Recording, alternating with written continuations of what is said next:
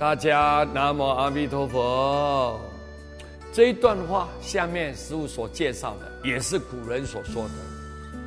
我很喜欢，所以要跟大家分享。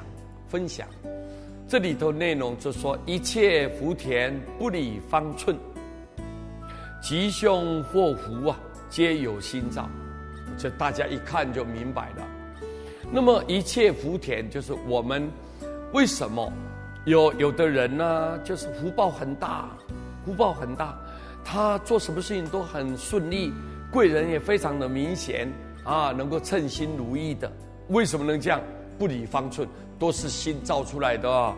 过去的因，这一辈子的果报啊。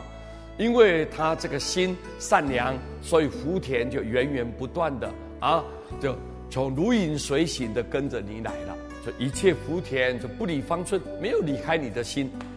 吉凶祸福呢，皆有心造。你以后到底要吉祥啊？凶就是灾难嘛。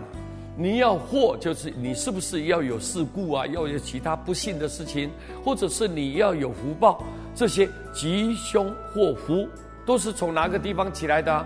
也是有心造出来的呀，心造出来的。所以可见呢，心是一切的关键，我们如何让自己能够趋吉避凶呢？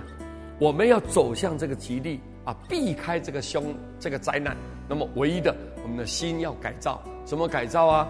一心向善，要慈悲，要柔软，要很厚道的对待大家。那个心如果善良，以后未来的道路就光明无量哦。感谢大家，南无阿弥陀佛。